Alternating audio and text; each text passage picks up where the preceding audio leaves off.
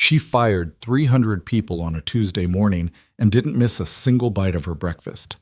That's who Victoria Ashford was, or at least that's who everyone believed she was. Cold. Unreachable. The kind of woman who signed termination papers the same way she signed expense reports, efficiently, without looking up. But on the worst night of December, when the highway went dark and the temperature dropped to nothing, the most powerful CEO in the city had exactly one number to call. His. And that single phone call would unravel everything both of them thought they knew about themselves. If this story already has you hooked, hit that like button, drop the name of your city in the comments below, and let me see just how far this story travels. Now settle in. This one's going to take a while. The third-floor break room of Ashford Industrial smelled like burnt coffee and quiet desperation on the morning of December 4th. Ethan Cole noticed it the moment he pushed through the door with his toolbox, heading toward the vending machine that had been eating dollar bills for 2 weeks without dispensing anything in return. He'd gotten 3 separate work orders about it, 2 from the same woman, a line supervisor named Brenda who apparently lived on peanut butter crackers and diet ginger ale, and he'd been putting it off because the refrigeration unit on the 7th floor kept making a sound like a cat being strangled, and that took priority. But now it was 7:42 in the morning.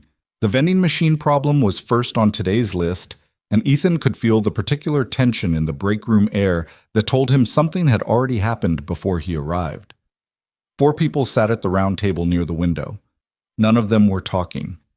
One woman, mid-50s, reading glasses pushed up on her forehead, stared at a paper coffee cup like it might give her answers. 2 men in their 30s scrolled phones with the concentrated effort of people trying to look busy. A younger woman, maybe 26, was pulling at a thread on her sleeve and pretending she wasn't about to cry. Ethan set his toolbox down beside the vending machine and crouched to examine the coin mechanism. "Brenda file another complaint?" he asked, not looking up. Nobody answered. He glanced over his shoulder. The woman with the reading glasses, her name was Connie. She'd worked the accounts receivable desk for 11 years and brought homemade cookies every Friday. Finally looked up from her cup. "Haven't you heard?" she said. "Heard what?" "They're announcing layoffs today." She said it flat, like the word had already used up all its emotional weight just by existing. "Email went out at 6 this morning, emergency all hands at 9. Ethan sat back on his heels. "How bad?" "Bad." The younger woman, he thought her name was Jessie, she worked in shipping coordination finally stopped pulling at her sleeve. "My manager said 300 positions, maybe more. They don't know yet." "Or they do know, and they're just not saying," one of the men muttered without looking up from his phone. Ethan turned back to the vending machine. He pulled the front panel off, located the jammed gear mechanism, and began working at it with a flathead screwdriver. His hands knew what to do without him having to think about it, which was good because his mind was somewhere else entirely. 300 positions. He thought about Marcus on the loading dock who had twins starting college next year. He thought about Phil in electrical who'd just bought a house in October. He thought about half a dozen people he'd eaten lunch with over the past 4 years who had mortgages, car payments, kids, and daycare. He thought about Emma. She was 7 years old and she'd asked him just last week whether their house was safe, meaning did they have to worry about moving, meaning she'd overheard more of his phone calls than he realized. He'd told her yes, everything's fine, we're not going anywhere. He'd said it with the confidence of a man who had a steady job, good performance reviews, and absolutely no reason to think the ground was about to shift. He found the jammed gear, cleared it, snapped the panel back into place, and fed a dollar bill into the machine. It hummed, considered the request, and dispensed a bag of peanut butter crackers. He set it on the table in front of Connie without saying anything. She looked at it for a moment, then she said, "Thank you, hun," in a voice that was trying very hard not to shake. The all-hands meeting happened in the main conference facility on the 2nd floor, a room designed to hold 250 people that now had nearly 400 crammed into it, with the overflow watching on screens in the hallways. Ethan stood near the back, toolbox at his feet, arms crossed. He didn't have to be there. Maintenance staff weren't technically required, but he'd come anyway, the same way you slow down to look at an accident, not out of morbidity, but because turning away felt like a different kind of wrong. Victoria Ashford walked in at 9:02. He'd seen her before. obviously. The building wasn't that large, and he'd done enough work on the executive floor to have crossed paths with her half a dozen times. But he'd never seen her in a room like this, standing at a podium in front of people whose faces showed everything they were feeling, facing a crowd that was trying to decide whether she was about to ruin their lives. She was 30 years old, though she looked older in the way that people who've carried significant authority for a long time tend to look older, not in age, but in gravity. Dark hair pulled back from her face, a gray suit that probably cost more than Ethan's monthly rent. She stood at the podium with the kind of stillness that isn't relaxed but is controlled, which is a different thing entirely. She didn't do a lot of preamble. Ashford Industrial is facing a significant financial restructuring, she said. Her voice was clear and carried without effort. As part of that process, the company will be eliminating 312 positions across 7 departments, effective over the next 60 days. The sound that moved through the room wasn't quite a gasp.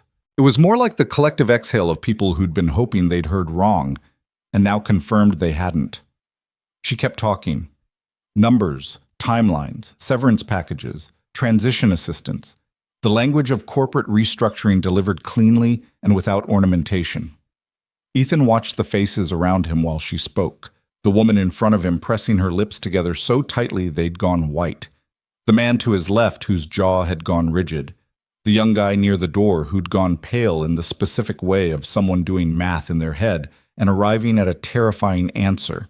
At one point, someone near the middle of the room called out, "Did you even consider other options, or did you just go straight to cutting us?"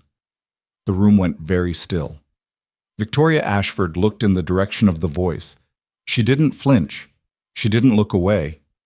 She said, "Yes, we considered other options. This was the decision that was made." That was it. That was the whole answer. Ethan watched her face when she said it. He wasn't sure what he was looking for. Guilt, maybe, or discomfort, or some crack in the composure that would tell him there was an actual human being behind the controlled surface. He didn't find it, or if it was there, she'd buried it somewhere he couldn't see. Afterward, as the crowd moved toward the doors with the shuffling heaviness of people who'd just received bad news and hadn't yet figured out what to do with it, Ethan heard Connie somewhere behind him say to someone else, "She didn't even look sorry." He thought about that on the way back to his work orders. He thought, maybe she was. Maybe she just didn't show it. He thought, or maybe Connie's right. He didn't land anywhere certain. He picked up his toolbox and went to fix a heating element on the 4th floor, because that was the next thing on the list. And the list was the only thing he had full control over today. Ethan's daughter, Emma, was a serious person. Not serious in the way that's sad. She laughed at things. She had opinions about which dinosaurs were underrated. She once spent 45 minutes explaining to Ethan exactly why the color orange was more trustworthy than the color yellow. And the argument had enough internal logic that he'd been thrown off balance for the rest of the afternoon. But she approached the world with a quality of attention that he'd never quite figured out how to name. She noticed things. She thought about them. She filed them away and returned to them later when she had new information. She was 7 years old, and she made him feel, sometimes, like he was the one still learning how to be a person. He picked her up from after-school care at 5:30, which was already later than usual because he'd had to stay back to address an emergency with the boiler system on the basement level, something that should have been caught in routine maintenance months ago, but wasn't, for reasons that had to do with the department being understaffed, for reasons that had to do with the previous round of budget cuts, for reasons that traced back to decisions made in rooms Ethan would never have access to. Emma was sitting on a bench outside the community center with her backpack in her lap and a library book open across it. She looked up when she saw his truck pulling in, and her expression did the thing it always did, a flicker of relief that she quickly composed into calm, because she was 7 years old and she was already trying not to let him know that she'd been a little worried. That particular detail broke his heart, mildly, every single time. "Hey, Bug," he said, pushing open the passenger door. "Sorry I'm late." "You're 12 minutes late," she said, climbing in with her backpack. "I wasn't worried." "I know you weren't. I was reading. I saw." She buckled herself in with the careful precision she applied to most things. Then she looked at him the way she sometimes did, like she was reading something in his face that he hadn't said out loud. "Bad day?" she asked. He pulled out of the parking lot. Not great. Work stuff? Yeah. The layoff thing? He glanced at her. Who told you about that? Kayla's mom works at your company, she said, which explained it. The informal communication network of worried parents was apparently faster and more efficient than any corporate announcement. She was talking on the phone this morning when she dropped Kayla off. I heard. Ethan nodded. It's a tough time at the company. Are you going to lose your job? He'd been ready for the question. He'd been thinking about how to answer it since 9:03 that morning, when the all-hands meeting ended and the math started running in his head.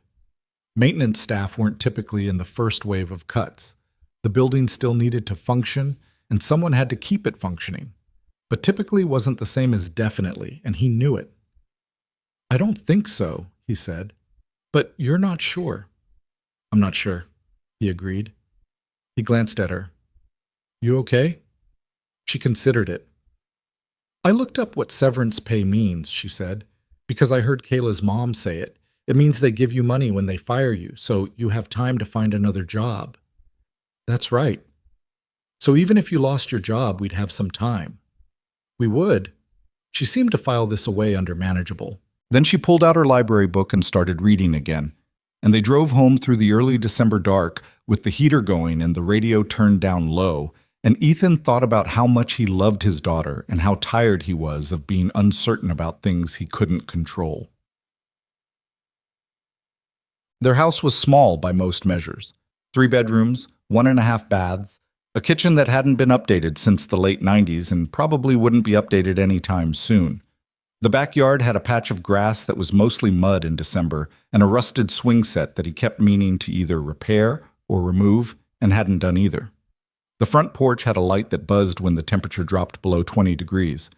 It was not a house anyone would photograph for a magazine, but it was theirs, and it was full of Emma's drawings taped to the refrigerator, full of the smell of the chicken soup he'd learned to make from a YouTube video 3 years ago because it was the thing he'd most needed to know how to make. Full of the books stacked on every available surface because both of them had the same problem with libraries. They always thought they'd read faster than they did. Full of the kind of everyday disorder that meant someone was actually living there. Lauren's photograph was on the bookshelf in the living room. It had been there since she died, 5 years ago now. A picture from a camping trip they'd taken the summer before everything changed, her laughing at something off camera, squinting into the afternoon sun. Emma sometimes stopped and looked at it. Ethan sometimes did too. Neither of them said much when it happened. It was just part of the texture of the house, part of what the house was. He made dinner, pasta and a jar sauce he'd dressed up with garlic and some Italian sausage, and Emma set the table without being asked, which she'd started doing around her 5th birthday and never stopped. They ate, and she told him about the food chain diagram she'd drawn in science class, and he told her about the boiler on the basement level, and she asked enough specific questions that he realized she'd been reading about mechanical systems somewhere without telling him. Why do you know what a thermal expansion valve is? He asked. She shrugged. I looked it up. Why? Because you talk about your job, and I wanted to understand it. She speared a piece of sausage. It's interesting. He looked at her across the dinner table and felt the particular love that has no adequate language, the kind that sits in your chest like something warm and heavy and fragile all at once. You're a strange kid, he told her. I know, she said, and went back to eating. The weeks after the layoff announcement moved with the particular grimness of a slow-motion disaster. 312 people. Ethan knew most of them by sight, many of them by name. Some of them he'd worked alongside for years, shared lunches, borrowed tools, covered shifts, stood in parking lots during fire drills complaining about the weather. He watched the building empty, slowly, department by department. Marcus from the loading dock got his notice on a Friday. Ethan ran into him in the parking garage the following Monday, loading the last of his personal items into his car, and they stood there for a few minutes in the cold without quite knowing what to say. Marcus was a big man, broad-shouldered, usually loud, the kind of person who filled a room without trying, and he looked in that parking garage like someone had let the air out of him. 11 years, Marcus said. Not as a complaint, more like a fact he was still processing. I know, Ethan said. My kids start college in September. He didn't say anything else. He didn't need to. They shook hands. Marcus drove away. Ethan stood in the parking garage for a while longer, hands in his jacket pockets, watching the empty space where the car had been. He didn't go up to the executive floor often, but when he did, to fix a climate control issue, to replace a ceiling tile, to address whatever infrastructure problem the building regularly offered, he noticed things about the way that floor operated. The quiet, the quality of the furniture, the conference rooms with their floor-to-ceiling windows overlooking the city, the way the staff on that floor walked and spoke with a particular briskness that was different from the pace of every other level. He saw Victoria Ashford twice more before December reached its midpoint. The first time she was standing at the window of her corner office, her back to the door, looking out at the city with her phone pressed to her ear. He was there to check a whistling sound in the HVAC duct near her office, which turned out to be a loose damper bracket. She didn't acknowledge him when he came in. She was speaking in the clipped, rapid way of someone managing multiple problems at once, and the words coming through were financial terms he understood only vaguely. Restructuring agreements, debt service ratios, quarterly projections. He fixed the bracket, packed up his tools, and was at the door when she lowered the phone from her ear and said, without looking away from the window, "Thank you." He paused. "Sure. The whistling has been driving me insane for 2 weeks. Should have put in a work order sooner," he said, because it was true. She did look at him then, a quick glance, assessing, slightly surprised at the direct response. "I don't usually submit maintenance requests myself." "No," he said. "That's fair." He left. He wasn't sure why he said what he said. It wasn't like him to be sharp with anyone, particularly not the CEO of the company he worked for. But something about standing in that office, looking at the city view that cost nothing from her perspective and everything from the perspective of the people leaving the building with boxes, had made him less careful than usual. The second time, he was in the stairwell between floors 4 and 5, eating lunch on a step because the break room was too loud that day and he needed 20 minutes of quiet. She came through the door on the 4th floor landing, presumably because she was taking the stairs for reasons people usually took stairs, to think or to avoid conversation, or just because she didn't want to wait for an elevator. She was carrying a coffee cup and looking at her phone, and she nearly stepped on him before she noticed he was there. She stopped. He looked up. "Sorry," she said, and there was a split second of something in her expression, not quite embarrassment, but a cousin of it, before her face settled back into neutral. "I didn't see you." "No problem," he said. "Lunch." She glanced at his sandwich, then at the stairwell around them, then back at him, with an expression he couldn't quite read. "Is this your regular spot?" "When I need quiet." She nodded, just barely. Then she continued down the stairs without another word, and he listened to her footsteps get quieter, and he finished his sandwich and he went back to the 4th floor to address a flickering fluorescent in the copy room. He thought about those two interactions sometimes, not obsessively, just the way you turn a coin over in your pocket when you're thinking about something else, aware of the weight of it, the shape of it, without quite deciding what it's worth. The thing people didn't understand about being a maintenance technician, Ethan had long since concluded, was that it was fundamentally a job about systems. Not just mechanical systems, though those were the obvious part, but systems of dependency, systems of cause and effect, systems of small failures that accumulate over time until they become catastrophic failures that everyone notices and nobody wants to take responsibility for. He was good at finding those failure points before they became catastrophic. It was, maybe, the thing he was best at. His supervisor was a man named Dale, who was 53 years old, had worked at Ashford Industrial for 20 years, and had the specific exhaustion of someone who'd watched the company change hands twice, survive 2 economic downturns, and make decisions he didn't always agree with while he continued to show up and do the job because what else were you going to do? Dale was not a man who said much, but he was fair, he was honest, and when Ethan had been hired 4 years ago, raw from Lauren's death, with a 3-year-old at home and a set of skills that were undeniable but a general affect that was somewhere between shell-shocked and barely holding it together, Dale had taken one look at him and said, "Can you fix things?" And when Ethan said yes, Dale had said, "Then you're hired," without further ceremony. Ethan had stayed not because there were no better offers, but because Dale's straightforwardness felt at the time like something he could build his life around. Simple, reliable, clear. Now Dale called him into the small office near the maintenance bay on a Thursday afternoon and closed the door, which was unusual enough to make Ethan's stomach drop before he'd even sat down. "Am I getting cut?" he asked, before Dale could start. Dale looked at him. "No." Ethan let out a breath. "Okay. But they're cutting 2 of your people." Dale slid a paper across the desk. 2 names: Rob, who'd been with the department for 6 years, and Sienna, who'd been there for 3 and was still in the process of getting her HVAC certification. End of the month. Ethan looked at the names, then he put the paper back on the desk. "That leaves 4 of us for a building this size." "I know." "During winter, when everything decides to break." "Ethan, that's not a complaint, Dale. That's just math."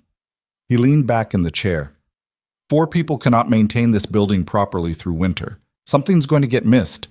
When something gets missed, either the building breaks or someone gets hurt. "I'm aware." Dale's voice was flat, not defensive. He knew the math too. "I made that argument. It didn't change the decision." "Whose decision was it?"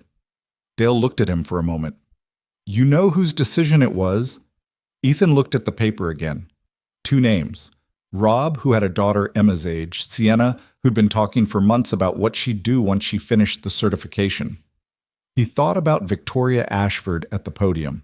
This was the decision that was made. Not "I made this decision." Not "we made this decision." Just, it was made. Passive voice. The grammatical equivalent of removing yourself from the equation. "Tell them it came from me," Ethan said. Dale blinked. "What?" "When you tell Rob and Sienna, tell them I had no idea it came down from above. I fought it as long as I could." He paused. "Because I didn't know. And it did come from above, and you did fight it. So it's all technically true." Dale looked at him for a long moment. Then he said, "You're a decent person, Ethan." "Not really," Ethan said. "I'm just tired of watching people take hits from decisions they had no hand in." He gathered himself up, picked up his toolbox, and went back to the building. There were 14 items on his work order list. He started from the top. December 19th arrived with the particular grimness of a deadline that had been coming for weeks and still somehow managed to feel like a surprise. Rob cleared his desk. Sienna turned in her keycard. They both came to find Ethan before they left. Rob clapped him on the shoulder and said, "It is what it is," which is what people say when they're being braver than the situation requires. And Sienna, who was 27 years old and had been putting every spare dollar into her certification course, stood in the maintenance bay and said, "I was 2 months away."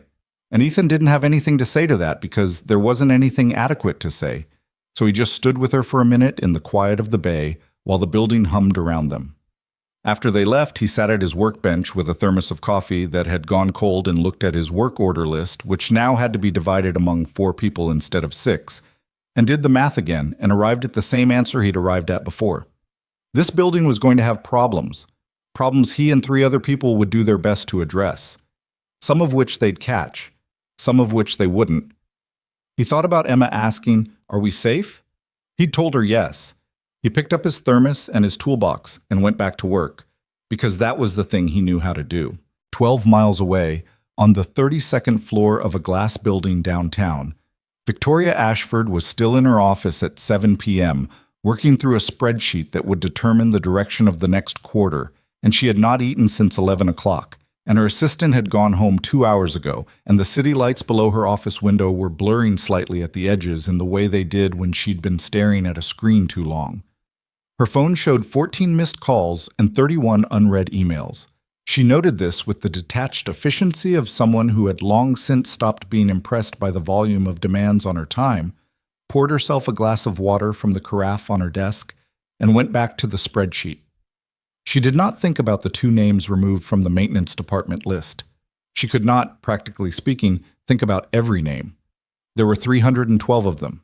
She'd read each file. She'd approved each decision with the careful awareness of someone who understood that these were not numbers but lives.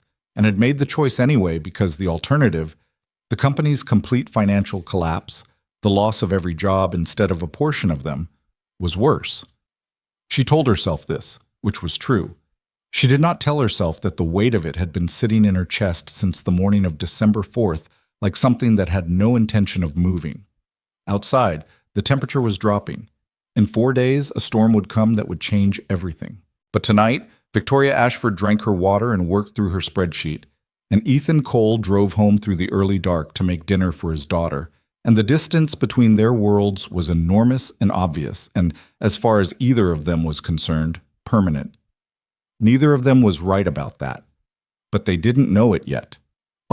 The 4 days between December 19th and December 23rd passed, the way the end of a difficult year tends to pass, with a kind of grim momentum, as though time itself had given up trying to make things comfortable and was simply moving forward on principle. Ethan worked double the load he'd been working before, because the math of 4 people maintaining a building designed for 6 wasn't abstract anymore. It was his hands, his hours, his lunch breaks, eaten standing up in hallways because there wasn't time to sit down. A heating coil on the 5th floor failed on the 20th. A pipe fitting in the 2nd floor men's room developed a slow leak on the 21st that turned into a fast leak overnight and soaked 12 square feet of ceiling tile by morning. The freight elevator started making a grinding noise that Ethan recognized immediately as a cable tension issue, which was the kind of problem that wasn't dangerous yet, but would be if it went unaddressed for more than a week. He addressed it in 2 hours on the morning of the 22nd, working in the elevator shaft with a flashlight clenched between his teeth because he needed both hands. And when he came back out and wiped the grease from his forearms, he checked his phone and saw he had 3 new work orders waiting, one of which was marked urgent. Dale handed him a coffee without being asked. "Merry Christmas," he said, which was 3 days early and completely sincere. "Thanks," Ethan said, and drank it while reading the urgent work order, which was a thermostat failure on the executive floor.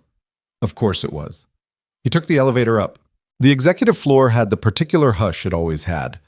The carpet was thicker up here, which actually mattered acoustically, and the lighting was warmer, and there was always a faint smell of something that might have been expensive air freshener, or might just have been the absence of the industrial cleaning products used on every other floor. Ethan had stopped noticing the difference after the first few times. Now he noticed it again because he was tired, and the contrast was more apparent when you were tired. The thermostat issue turned out to be a dead battery, which took approximately 90 seconds to fix. He was crouched at the wall panel, dropping the old batteries into his toolbox, when he heard voices from the open doorway of the large conference room down the hall. Not clearly enough to make out words, but clearly enough to understand the shape of the conversation, which was the shape of an argument that had been going on long enough that both sides had stopped trying to be polite about it.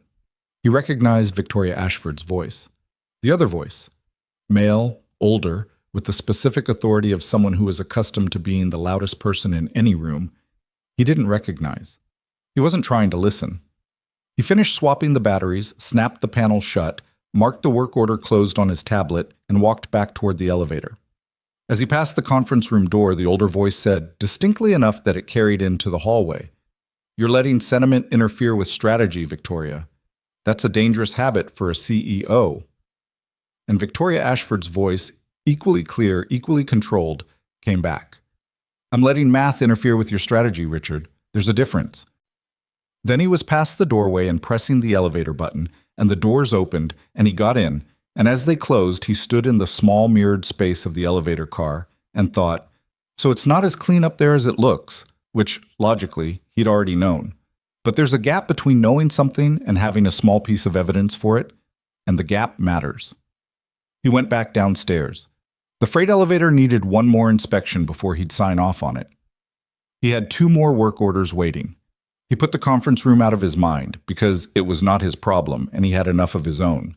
He picked up Emma at 5:30. She informed him, as they drove home, that she had learned that the record for the longest recorded snowflake was 15 inches in diameter and had fallen in Montana in 1887, and that she found this fact both impressive and slightly suspicious. "Why suspicious?" he asked. "Because who was measuring snowflakes in Montana in 1887? What else was going on that they had time for that?" "Fair point," he said. "Also," she said, Ms. Okafor says there's a big storm coming tomorrow night. Yeah, he said. I heard that too. How big? Big enough that you and I are going to the grocery store tonight and making sure we have everything we need before it hits. She considered this. Can we get hot chocolate mix? Already on the list. She seemed satisfied with this and returned to her book, and Ethan drove them to the grocery store and they walked the aisles together, Emma pushing the cart with great seriousness while he checked items off his phone. They got the hot chocolate mix. They got soup and bread and the specific brand of crackers Emma liked. They got batteries because the box at home was running low, and he'd learned from a power outage 2 winters ago that you never had as many batteries as you thought you had. The store was crowded with other people running the same calculation. The checkout line stretched back into the cereal aisle. Emma stood beside the cart and read her book while they waited, which drew a smile from the woman ahead of them, who had 2 small children clinging to her cart in various states of holiday-induced chaos. How do you get them to do that? The woman asked, nodding at Emma. Ethan looked at his daughter, nose in her book, completely unbothered by the noise around her. Honestly, he said, I have no idea. She came that way. Emma, without looking up, I can hear you. I know, he said. They drove home through the first thin beginnings of what would become the storm. Just a suggestion of snow in the headlights, nothing serious yet. He made soup for dinner. Emma helped by cutting the bread, which she did with the focused deliberateness of someone who was aware that knives were serious business and wanted to demonstrate this awareness. They ate together, and then she went through her bath and her reading time, and he got her settled and stood in the doorway of her room for a moment in the dark after the light was out, listening to her breathing even out. He did this sometimes. Just stood there.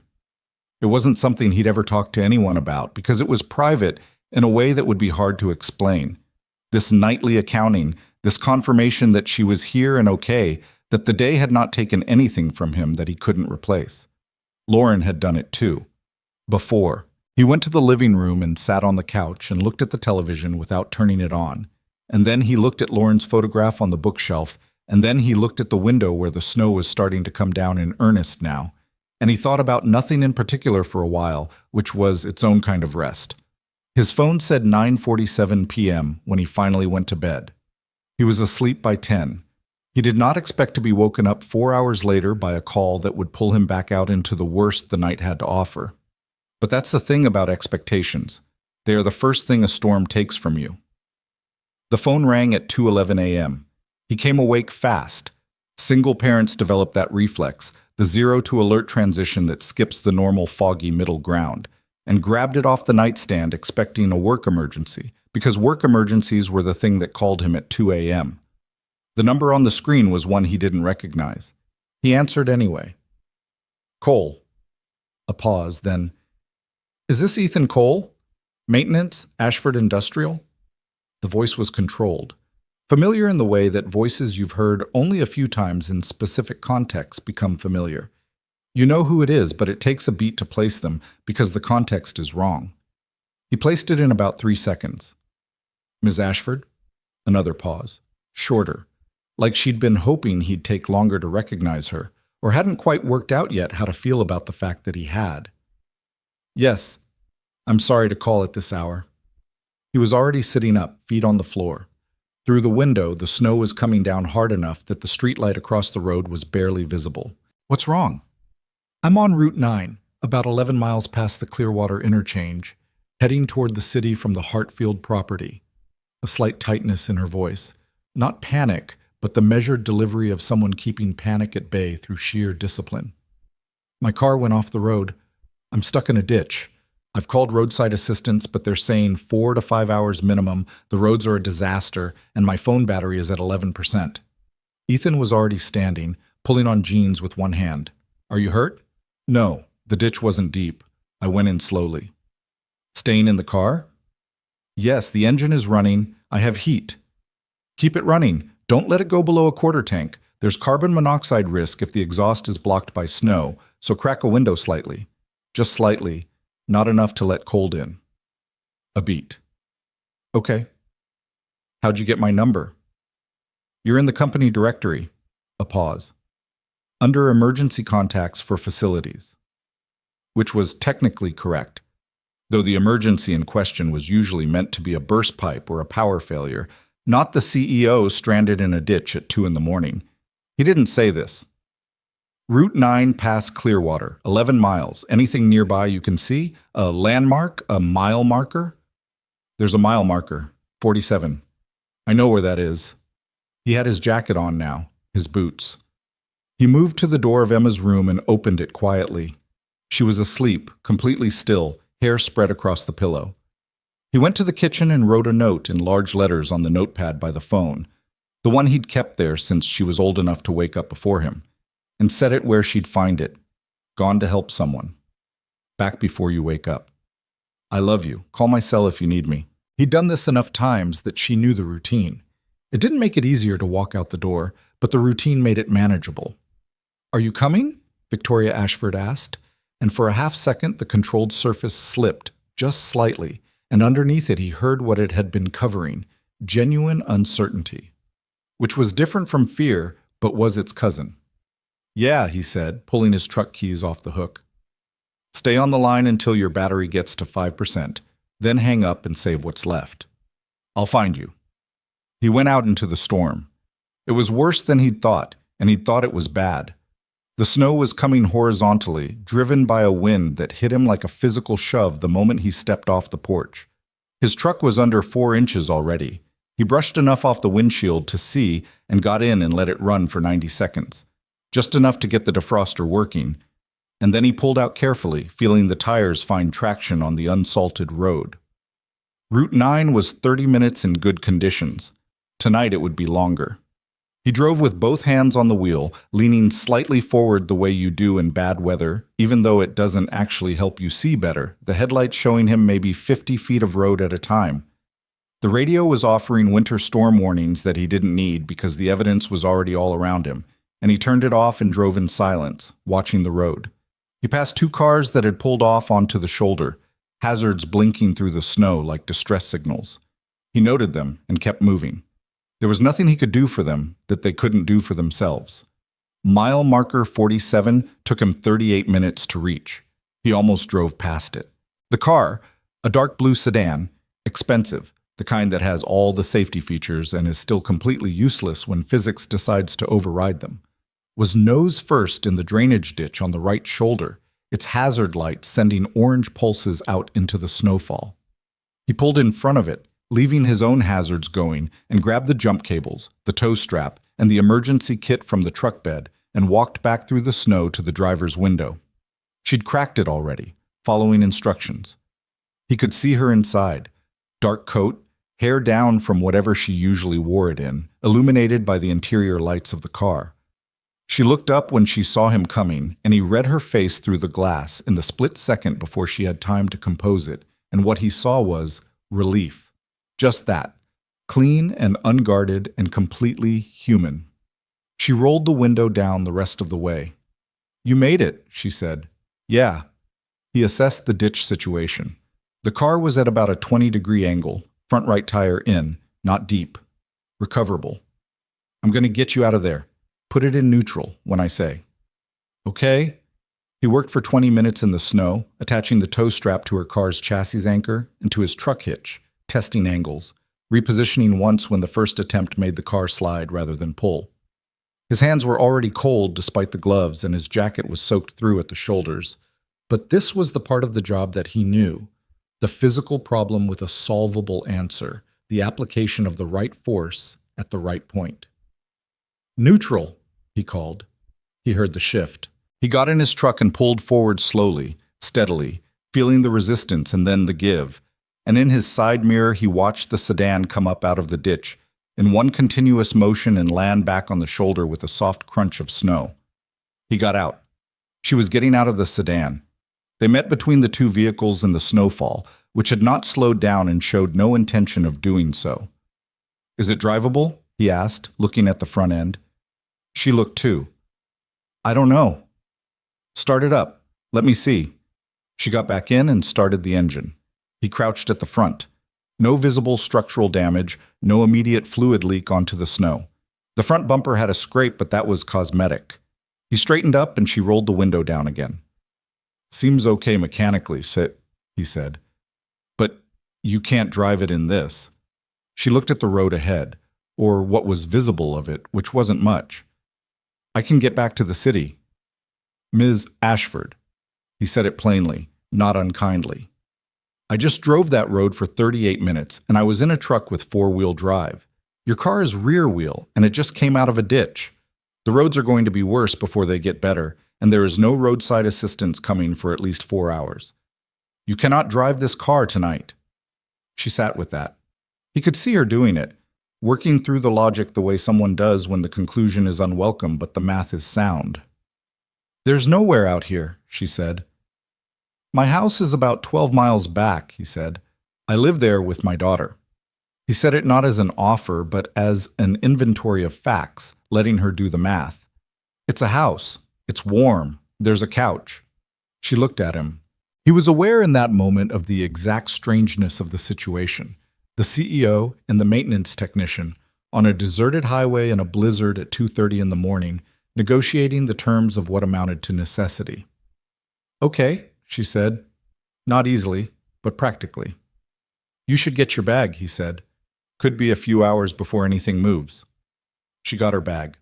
He drove her back through the storm, 12 miles to the small house with the buzzing porch light and the rusted swing set, and Emma asleep in the back bedroom. Victoria Ashford sat in the passenger seat of Ethan Cole's truck, which smelled like coffee and motor oil and faintly like the particular brand of children's soap that Emma used, and watched the road come at them through the snow and said nothing for the first several miles. He didn't push for conversation. He was focused on driving, and she seemed to need the silence. Then she said, I didn't know who else to call. He glanced at her. Her face was turned toward the window. You said. I went through a list, she paused. There are a lot of people who would take my call, at any hour. That's part of the job. But they would have told someone. By morning, it would have been a thing. She was quiet for a moment. I didn't want it to be a thing. Ethan considered this. So you called the maintenance directory. You have a reputation, she said, for solving problems without making them bigger. He thought about that. Who told you that? Dale. Another pause. He mentioned it once in a facilities review, said you were the person he'd want if something went genuinely wrong, because you fixed things and didn't perform fixing them. Ethan was quiet for a moment. He hadn't known Dale had said that. He wasn't sure how he felt about it. Warm, mostly, with a layer of something that was almost embarrassment. He's a good man, Ethan said. Yes, Victoria Ashford said. He is. And the way she said it, not offhand but with a weight behind it, made him think she knew exactly what had happened to Dale's department and was carrying that too, in whatever way she carried things. The house came into view through the snow, porch light going, windows dark. He unlocked the door and she followed him in, and he hit the lights, and the living room opened up around them. The books on every surface, the drawings on the refrigerator visible through the kitchen doorway, the rug Emma had picked out herself at a thrift store 2 years ago because it had a pattern of small foxes on it, Lauren's photograph on the bookshelf. He watched Victoria Ashford take the room in. She didn't say anything immediately. She set her bag down near the door. She looked at the bookshelves, the drawings, the organized chaos of a house where someone was actually living, not performing living, but doing it, with all the imperfect texture that implied. She looked at Lauren's photograph for a moment, then away, not asking. Bathroom's down the hall, first door, he said. I'll get the couch set up. I can help. I have it. He got spare blankets from the hall closet, a quilt that Emma had received from her grandmother and immediately decided to share, and an old flannel blanket that was worn thin at the edges but was still the warmest thing in the house, and made up the couch while Victoria stood in the kitchen doorway, watching him with an expression that was hard to categorize. Not discomfort. Something closer to disorientation, like a person trying to get their bearings in a place that operates by different rules than the ones they know. Can I ask you something? She said. Sure. How old is your daughter? 7. She nodded. Looked at the drawings on the refrigerator again. Emma had been going through a phase of drawing animals in various professional settings. There was a bear at a desk, a penguin in a hard hat, A raccoon apparently performing surgery. What's her name? Emma. Does she know you do this? Go out at 2 in the morning for emergencies?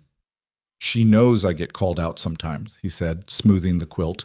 She handles it. He stopped, because the next word was going to be remarkable, which was true, but also the kind of thing that felt too large to say to a person he barely knew.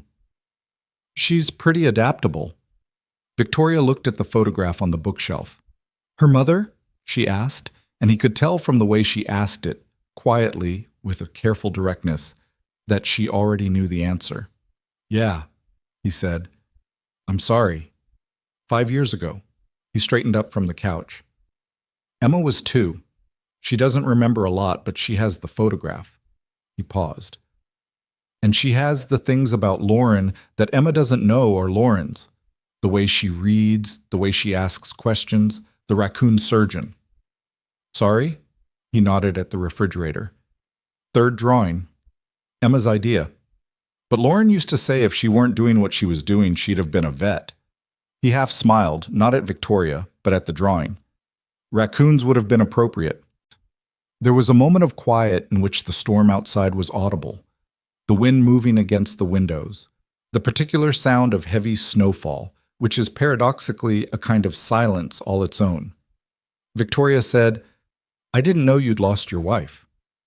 Why would you? He said, without heat. I suppose I wouldn't. She said it honestly, without defensiveness. I should know more about the people who work for the company. I know that. Yeah, he said. He went to the kitchen to make tea because it was 3 in the morning, and both of them were wide awake, and something warm seemed like a reasonable idea. You want tea? Please. She came and sat at the kitchen table while he put the kettle on. It was a small kitchen, table with 4 chairs, one of which had a booster seat from 2 years ago that he kept forgetting to put away. A window over the sink that showed nothing now but darkness and snow. He got mugs down. He moved around the kitchen with the ease of someone who had cooked in this space 700 times without thinking about it. She sat at the table and watched him and didn't say anything, and it was an oddly comfortable silence for 2 people who were, by any reasonable metric, not comfortable with each other. Why were you on Route 9 at 2 in the morning? He asked. Meeting ran late. The Hartfield property is where I keep a horse. She said it with the awareness that it sounded like exactly what it was. Something that requires significant money and space. I know how that sounds. Doesn't sound like anything, he said. You don't have to be polite. He turned from the kettle. I'm not being polite. I'm being accurate. Rich people have horses. That's not a moral failing. She looked at him. Most people who work for me are more careful with what they say to me. I noticed. He turned back to the kettle. Is that useful to you? Not particularly, she said after a moment. The kettle began to steam. He poured and brought both mugs to the table and sat down across from her. She wrapped both hands around her mug, which he understood. The warmth of it was immediate and necessary after being in the cold, and it also gave you something to hold, which sometimes just helped. The meeting, she said, the one that ran late. It was a call with 2 of the board members about the restructuring. He didn't respond. He was aware this was information she was choosing to share, and he didn't want to push on it or pull away from it. Just let her decide how much of it she wanted in the room. They want to go further, she said. Another round, larger. He looked at his tea. I'm trying to build a case for an alternative, she continued. Something that gets the company to the same financial position without... She stopped. Chose the next words carefully. Without doing what they want to do. Is that possible? He asked. I believe so. She paused. Most people in the room don't agree with me. What does that mean for you? Professionally? She turned the mug in her hands. If I push back on the board and I'm wrong, it ends my tenure, possibly my career. They'd frame it as a failure of judgment. She said it the way she said most things, cleanly, without visible distress, though he was beginning to understand that the absence of visible distress and the absence of actual distress were not the same thing in this woman. If I push back and I'm right, it takes time to prove. In the meantime, I'm still in the position of having recommended a path that makes a lot of powerful people uncomfortable.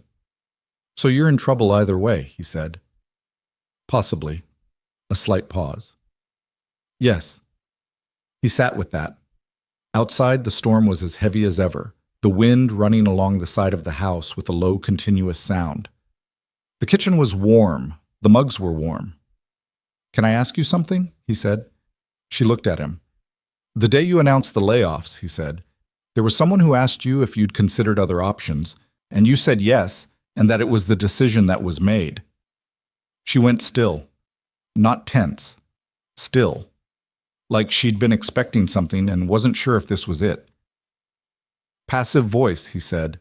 The decision that was made, not the decision I made. A long pause. I noticed that, he said. I'm not saying it to come after you. I'm just asking. Was that because you didn't make it, or because you didn't want to own it in that room? She looked at him for several seconds without speaking. Then she said, both. He nodded. The board has final authority on restructuring decisions above a certain threshold, she said. I can recommend. I can argue. I did argue. The decision was ultimately not... She stopped. Started again. I said it that way because it was technically accurate, but also because I didn't want to stand in front of 300 people and say, I tried to prevent this and lost, because that would have undermined the decision in a way that made the implementation harder, and the implementation still had to happen. That's honest, he said. Is it? She looked down at her mug. I'm not sure I was being honest. I think I was managing the room. Probably both, he said. Same as your passive voice. She looked up. You're pretty direct, she said. I don't have a lot of time for the other thing, he said. Single parent, full caseload. You figure out pretty fast which conversations are actually worth having and which ones are just noise. She looked at him in the way she'd looked at him in the stairwell that day. Assessing, but without the professional calculation of it. More like she was trying to figure out what to do with someone who didn't behave the way she was used to people behaving. The alternative plan, she said. If I can make it work, it would preserve most of the positions. Not all, but most. He turned his mug. Tell that to the board, not to me. I'm telling you because... She stopped. Because I'm the only person you've talked to today who isn't going to manage what they say back to you, he finished. She was quiet for a moment, then quietly. Yes. They sat in the small warm kitchen while the storm pressed against the house, and neither of them said anything for a while. And outside the snow continued to fall, steady and indifferent, covering the world in something that looked like clean and wasn't. It was almost 4 a.m. Down the hallway, Emma slept soundly. On the bookshelf in the living room, Lauren's photograph looked out at nothing or everything, or the small particular distances between people who are just beginning to understand that they've underestimated each other. The next morning arrived gray and quiet, the storm having spent itself some time before dawn and left behind a transformed landscape. 3 feet of snow against every surface, the street buried, the swing set in the backyard buried to its crossbar, the truck in the driveway just a shape under white. Ethan heard Emma before he saw her. She had a specific sound when she woke up and found something unexpected. A held pause, a recalibration, and then the quiet, deliberate movement of someone taking in new information carefully. He got to the hallway just as she came out of her room in her pajamas with the small foxes on them, her hair doing the thing it did in the morning where it went in approximately 7 directions simultaneously. She looked at him. Then she looked toward the living room, where the sound of someone on the couch made a soft, waking up sound. Then she looked back at him. Who's that? She asked in a careful whisper. Someone who needed help last night, he said, also quiet. Her car went off the road. Emma processed this. She had a practical mind. Is she okay? She's fine. Does she like pancakes? He blinked. What? I want to make pancakes. Do you think she likes them? Emma did not ask to make pancakes for anyone. She sometimes demanded them, in the way of 7-year-olds who have made a unilateral decision and are informing you rather than requesting. But asking whether a stranger would like them, that was something else. That was consideration, offered to someone she'd never met, simply because they were in her house and the house had pancakes in it. He thought not for the first time that his daughter was a better person than he deserved. I think, he said, we can ask her. He went to the kitchen. A moment later, he heard Emma's careful footsteps on the hallway floor, and then the soft sound of her stopping at the entrance to the living room, and then her voice, polite, measured, with the seriousness she applied to important things. "Hi, I'm Emma. Do you like pancakes?" And Victoria Ashford's voice, coming out of sleep and mourning and strangeness, slightly rough at the edges. Yes, I do." "Good," Emma said, "because we're having them." Ethan stood in the kitchen and listened to his daughter take complete charge of the morning, and he felt something he didn't have a precise name for. Something adjacent to gratitude, and adjacent to grief, and adjacent to something else that he wasn't ready to look at directly yet. He got out the mixing bowl. He measured the flour. Outside, the snow sat on everything, heavy and complete, and for a few hours the storm had stopped the world from moving, and the three of them were in a warm kitchen making breakfast. And it was strange and improbable and not comfortable exactly, but not uncomfortable either. Just real, just happening, which was sometimes enough. The pancakes were Emma's recipe, which meant they were slightly thick, slightly uneven at the edges, and completely without compromise on the amount of vanilla extract involved. She had opinions about vanilla extract that she'd developed independently and defended vigorously, and the result was a pancake that smelled like a bakery and tasted better than anything you'd get from a recipe that had been tested and refined by actual professionals, because Emma made them the way she made most things, with total commitment and no self-doubt whatsoever. Victoria ate 3 of them. Emma noted this with the quiet satisfaction of a person whose judgment has been confirmed. They sat at the small kitchen table, the 3 of them, Ethan with his coffee, Emma with her orange juice and her serious morning face, Victoria in yesterday's clothes with her hair loose, and her composure somewhere between present and reassembled, still clearly working on the reassembled part. Outside the kitchen window, the snow was blinding white in the pale December light, 3 feet of it sitting on everything, the world simplified to shapes and silence. "Do you have a horse?" Emma asked Victoria out of nowhere. Victoria paused with her fork halfway to the plate. She glanced at Ethan, who was looking at his coffee and clearly not going to help. "I do, actually. How did you know that?" "I didn't," Emma said. "I asked." "Fair enough." Victoria set her fork down. "Her name is Solstice. She's a bay mare, about 8 years old." Emma's eyes did the thing they did when she was genuinely interested in something, which was to go very still and very focused, like a camera locking onto a subject. "Do you ride her, or just keep her?" "I ride her, when I have time." A pause. "Which isn't as often as I'd like." "Why not?" "Emma," Ethan said. "It's a reasonable question," Emma said. "It is," Victoria said, and there was something in her voice that wasn't quite amusement but was adjacent to it, like a muscle she hadn't used in a while being asked to move. "The honest answer is that work takes most of my time, more than it should, probably." Emma considered this with the full weight of her analytical capacity. "My dad works a lot too," she said, which was not a complaint, just information being offered in return. "But he always makes dinner, even when he's tired." Victoria looked at Ethan. He looked at his coffee. "That's important," Victoria said.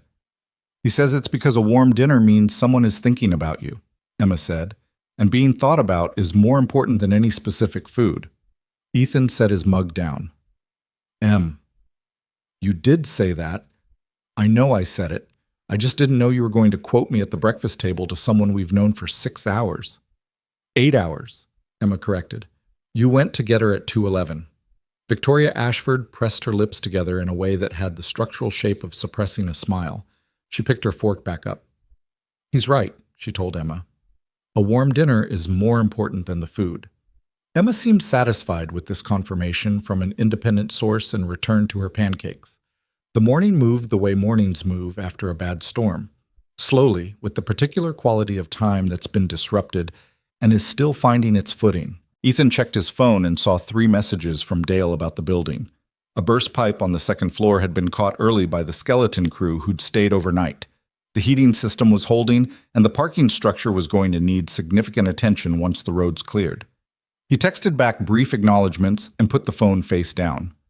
Victoria was on her own phone for much of the morning, in the living room while Emma built something elaborate with a set of wooden blocks in the kitchen doorway. Ethan could hear her through the wall, the controlled, rapid-fire efficiency of someone managing a situation from a distance, the language clipped and precise, decisions delivered without hedging. She was on 4 separate calls in 2 hours. He didn't try to listen to any of them. He shoveled the porch. He shoveled a path to the truck. He assessed the street and concluded that nothing was moving until the plows came through, which, given how much had fallen and how many streets needed clearing, was going to be several hours at minimum. He came back inside to find Emma cross-legged on the living room floor with Victoria sitting on the couch above her, and Emma was explaining the wooden block structure, which apparently represented a city, with some specific logic to the arrangement that she was walking through point by point. Victoria was listening. Actually listening. Not the polite performative attention of an adult tolerating a child, but the focused, engaged listening of someone who found the explanation genuinely interesting. "Why is this block the hospital?" Victoria asked. "Because it's in the middle," Emma said, "so everyone can get to it in the same amount of time from any direction. If you put it on one side, the people on the other side take too long, and that's not fair." Victoria looked at the block. "That's how urban planners actually think about emergency services." Emma looked up. "I know. I read about it." "Of course you did," Ethan said from the doorway, stomping snow off his boots. Emma's city remained on the living room floor for the rest of the morning, and Victoria did not ask to move it, which Emma noted without mentioning, which was its own form of approval. By noon, the plows had been through the main roads, though the side streets were still buried. Victoria's car had been recovered by a tow service. Ethan had arranged it while she was on her calls, giving them the mile marker and the description, and was being assessed at a garage 12 miles south.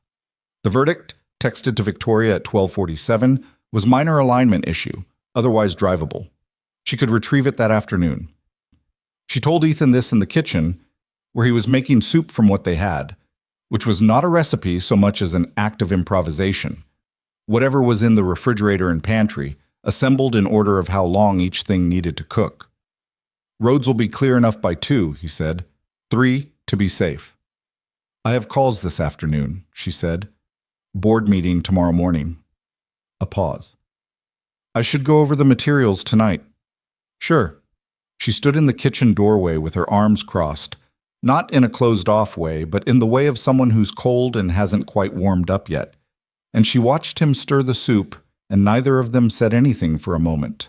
Then she said, "The alternative plan, for the restructuring." He kept stirring. "I've been building it for 3 weeks," she said. I think it's sound. I know it's sound. But when I'm in that room," she stopped. "There are men in that room who have been doing this for 30 years, and they look at me the way they look at everything I present, which is the way you look at something you've already decided is wrong before you read it. Because you're 30 years old," he said. "Because I'm 30 years old and I got here faster than they did, and they've never entirely forgiven me for it." He turned from the stove. "So what are you going to do about it?" "I'm going to present the plan," she said, "and I'm going to make the case as clearly and precisely as I can, and then it's going to come down to whether the numbers are convincing enough to override the instinct to go with what they know." She paused. "Which is cutting people." "And if they vote against you?" She looked at him steadily. "Then I have to decide what I'm willing to do about it." He let that sit for a moment. Then he said, "Do you believe in the plan?" "Yes." "Completely? Not just mostly?" A slight pause. "Yes." "Then go in like you do," he said. "Don't manage them. Don't hedge. They already think you're going to be careful and strategic and indirect because that's how they expect you to approach it.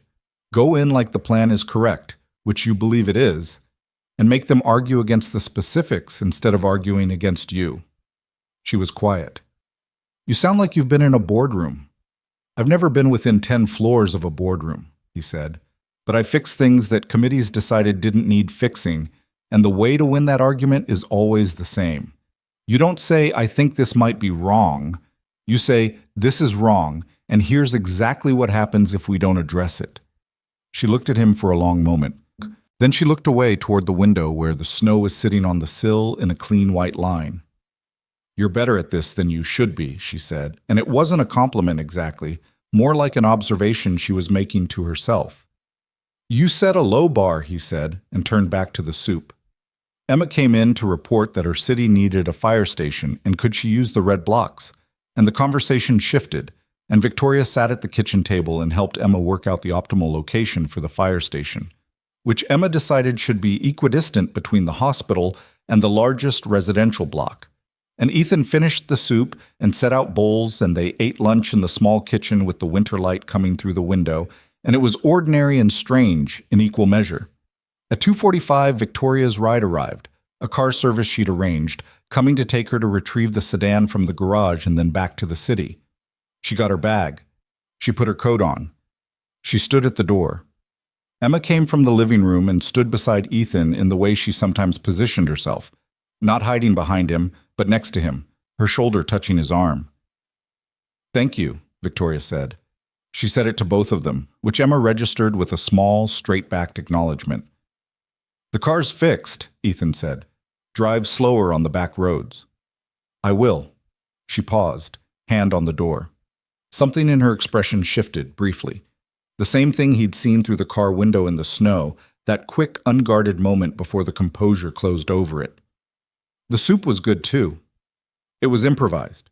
"The best things usually are," she said, and she went out the door and down the path he'd shoveled, and he watched the car pull away until it turned at the end of the street and disappeared. Emma leaned against his arm. "She's not what I expected," she said. "What did you expect?" Emma thought about it with genuine seriousness. "I don't know, something more like a building." He looked down at her. Like a building. Tall. Enclosed. She watched the end of the street where the car had gone. But she listened to the whole thing about the city. She asked good questions. "She did," he agreed. Emma went back inside. Ethan stood on the porch for another moment in the cold, listening to the winter quiet that follows a storm, that particular soundlessness that is not emptiness, but fullness. Everything muffled, the world still catching its breath. He thought about what she'd said. "I have to decide what I'm willing to do about it." He went back inside and closed the door. He didn't know yet how much that decision would cost her. He would find out in 11 days. The board meeting was on January 3rd. Ethan knew about it not because he was told, and not because he went looking, but because Dale mentioned it on the afternoon of January 2nd, in the way Dale mentioned most things, with a flatness that contained significant weight, like a sentence doing the work of a paragraph. "Big meeting tomorrow," Dale said. They were in the maintenance bay doing a year-end equipment inventory that was overdue by 3 weeks. Boards reconvening on the restructuring.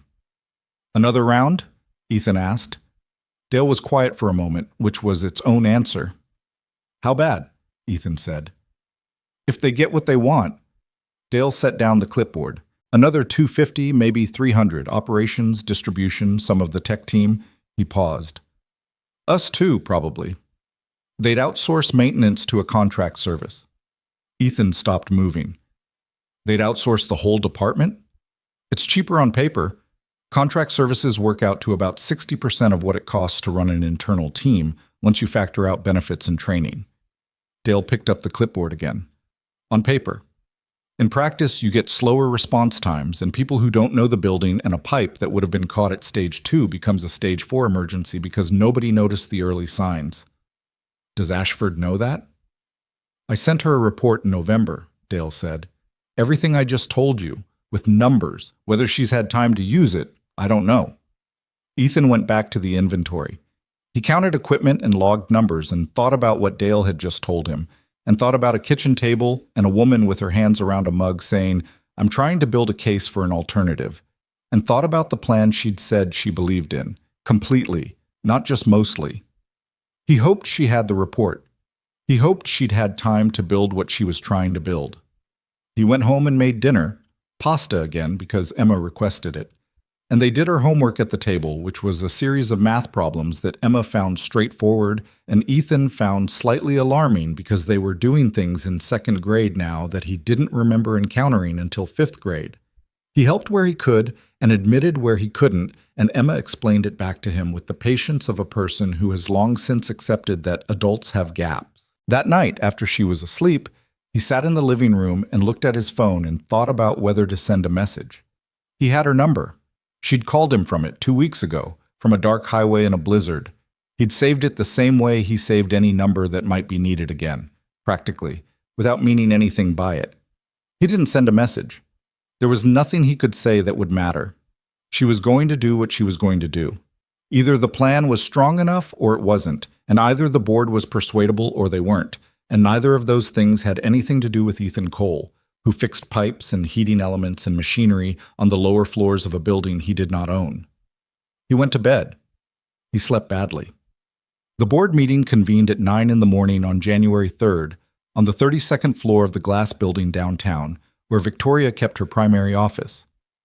Ethan was not there. He was on the 3rd floor of Ashford Industrial, replacing a section of conduit in the electrical room that had been on the work order list since November and kept getting bumped for more urgent problems. He would learn what happened in pieces over the following days from various sources that each had fragments of the picture. From Dale, who had a contact in building management at the downtown office.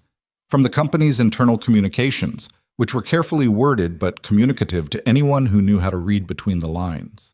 From the rumor network that ran through any workplace like a secondary nervous system, always operating, usually accurate in the broad strokes, if not the specifics. What he would learn, reconstructed. The meeting ran 4 hours and 20 minutes. Richard Hale, the board member whose voice Ethan had heard from the executive floor hallway in December, the older one with the authority of someone accustomed to being loudest, opened the session by presenting updated financial projections that made the case for immediate and significant additional cuts. The projections were prepared by an outside consulting firm. They were thorough and professionally presented, and they pointed in one direction: cut deeper, cut fast, return the company to profitability on the timeline that kept investors comfortable. Victoria presented her alternative. It ran 40 slides. She'd been working on it since November, adding to it, revising it in the weeks since December.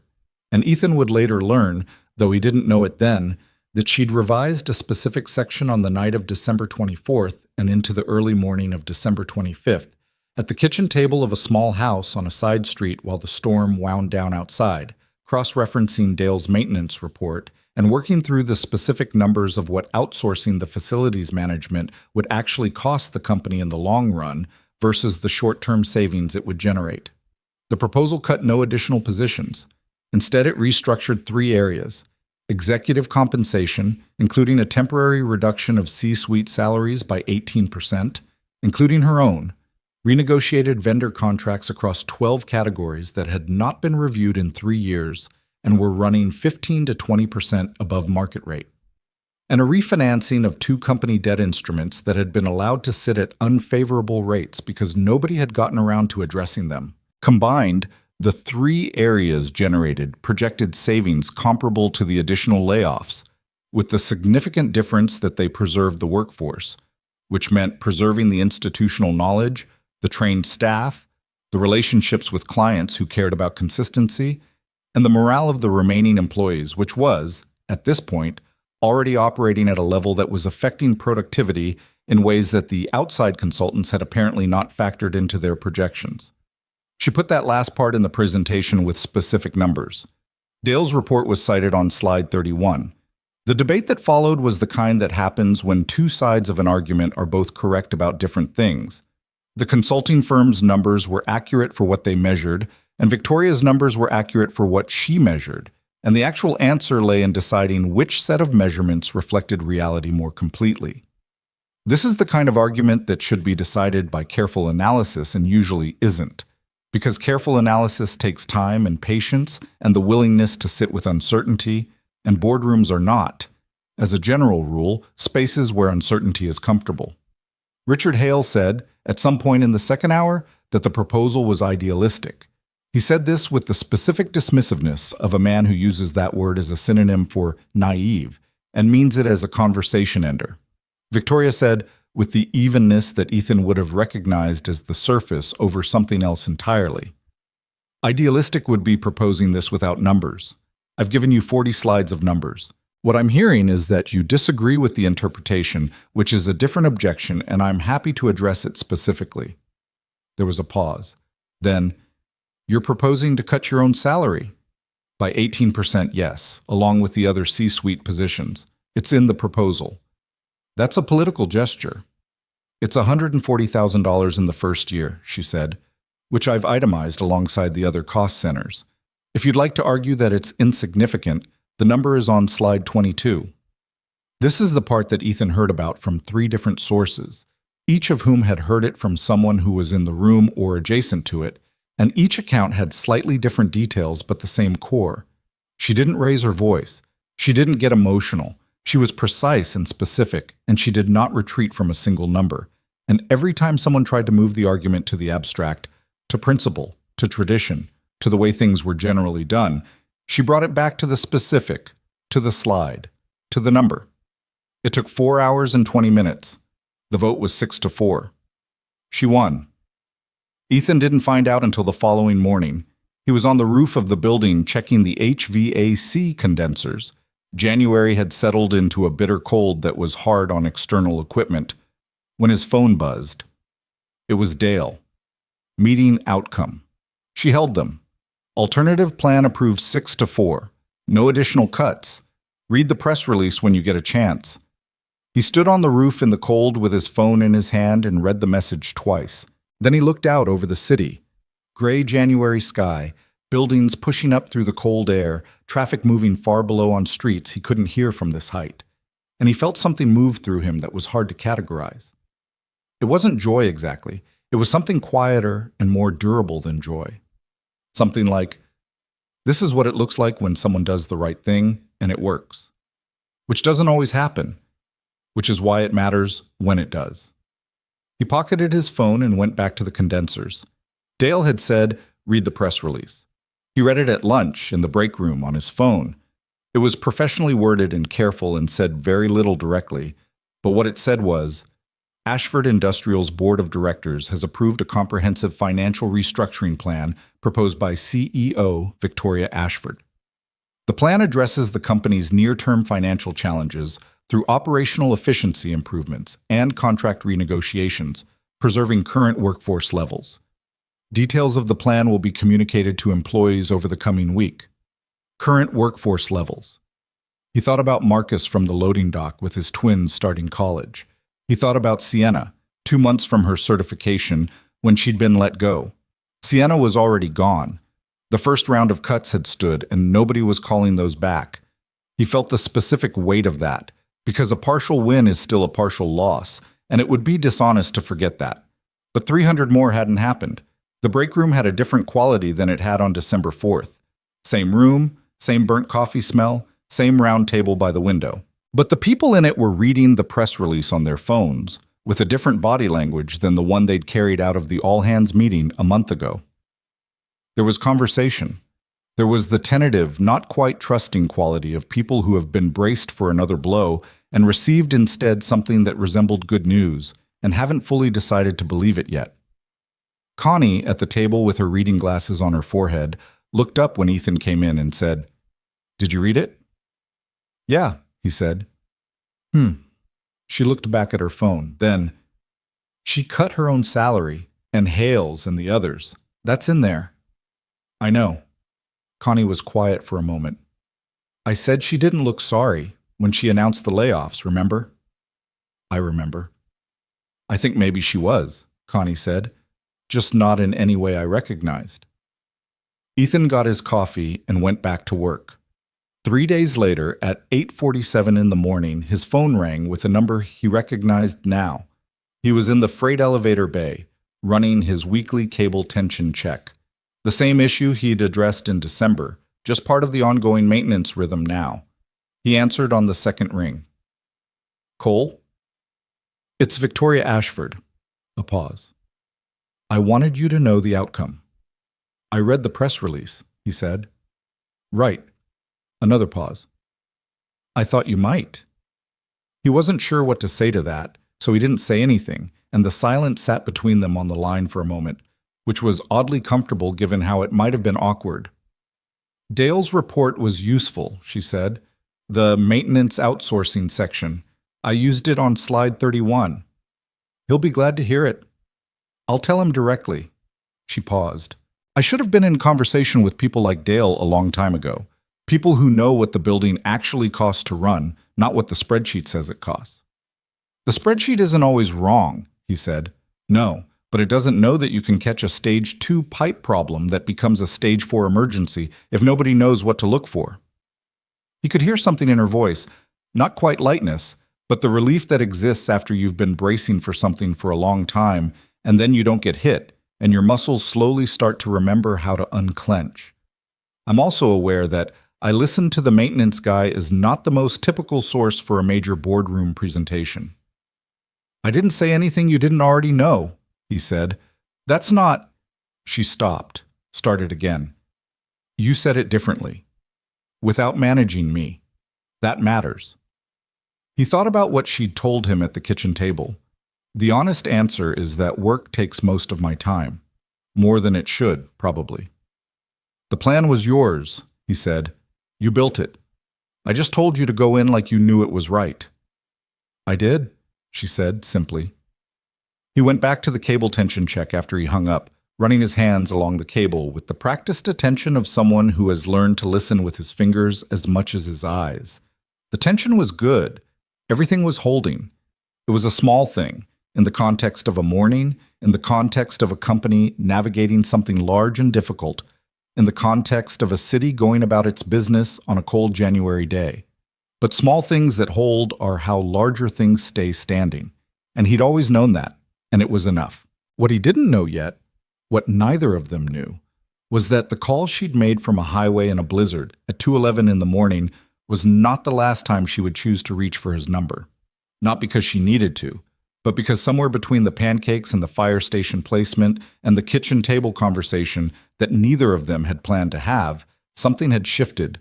Small and undramatic and difficult to name, the way things shift when they're real rather than performed. She would come back to the house. Not right away.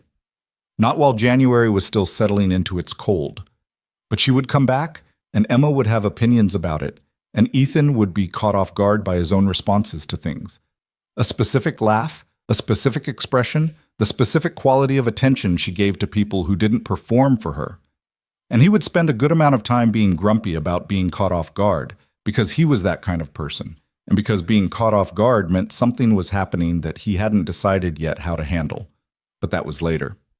For now, he was in the freight elevator bay. The cables were holding.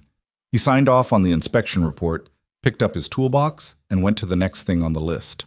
But January moved the way January always moves in that part of the country, with a cold that was less dramatic than the December blizzard, but more wearing, the kind that settles into the bones of buildings and people alike and simply stays, testing everything for weaknesses it can exploit. The furnace in the coal house developed a draft issue in the second week of the month that Ethan fixed himself on a Saturday morning while Emma sat on the basement steps in her heaviest sweater and read him sections from her current library book whenever he asked for them, which was his way of keeping her close without making it obvious he wanted her close, and her way of helping without being in the way, and they'd arrived at this arrangement without ever discussing it, the way the best arrangements between people who know each other well tend to happen. The company moved differently in January than it had in December. Not better, exactly. Not worse. But differently, with the specific quality of an organization that has just been through something significant and is still absorbing what it means. The press release had gone out. The employee communication had followed, more detailed, explaining the restructuring plan in terms that most people could follow if they wanted to. Some did. Some didn't. Some were still angry about December, about the 312, about what had already happened, and a plan that prevented further cuts did not erase the cuts that had occurred, and Ethan thought that was a fair way to feel about it. He ran into Connie in the break room on a Thursday morning in the second week of January. She was eating the peanut butter crackers he'd liberated from the vending machine 6 weeks ago, or a new bag of them. It was impossible to know. She looked up when he came in. "Town hall next Tuesday," she said.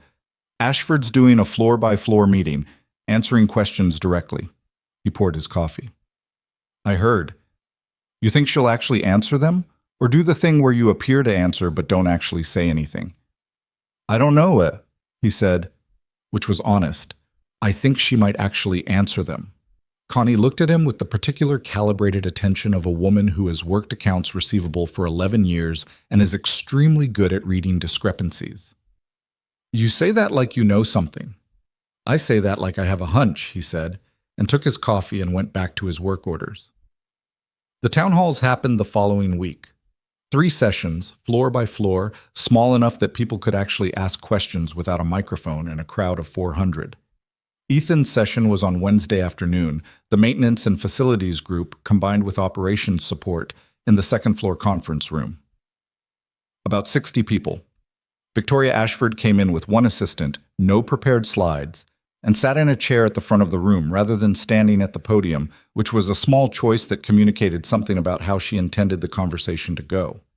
She started by saying, "I'm not going to tell you December was handled well. Parts of it weren't. I'd like to tell you what we're doing now, and then I want to hear what you're seeing from where you sit, because I've been getting information from one direction for too long." Ethan was near the back. He watched the room. The 60 people in it had the collective body language of a group that has decided to be skeptical and is waiting to see if skepticism is warranted. Which was fair, which was the correct instinct. The first questions were careful. The second round was less careful. A woman from operations support named Grace, who had been with the company for 14 years and had the specific frankness of someone who has decided that careful is no longer worth the effort, said, "The people who got let go in December, some of them are still looking for work. Is there anything being done about that?" Victoria said, "Yes, we have a placement partnership with 3 companies in the region. It went live this week. It's in the employee communication that went out this morning. If people you know haven't seen it, have them check their personal email. It went to the addresses on file from before their termination." Grace said, "Why didn't that exist in December, when they actually needed it?" A pause. "Because I didn't move fast enough on it. It should have been ready when the notices went out.